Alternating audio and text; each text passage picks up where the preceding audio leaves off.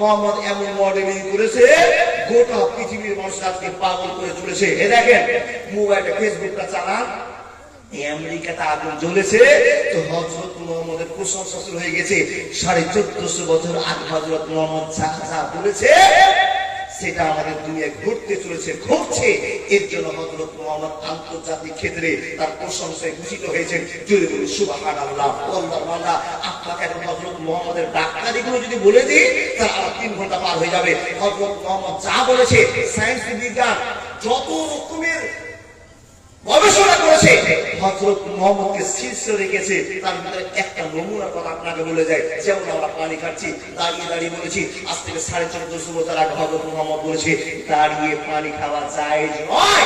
যদি কেউ দাঁড়িয়ে পানি খায় তার সমস্যা আছে। সমস্যাটা প্রমাণ আপনাকে করার টাইম নেই। আজকে বিজ্ঞানীরা সেটা প্রমাণ করে বলছেন হযরত মুহাম্মদই ঠিক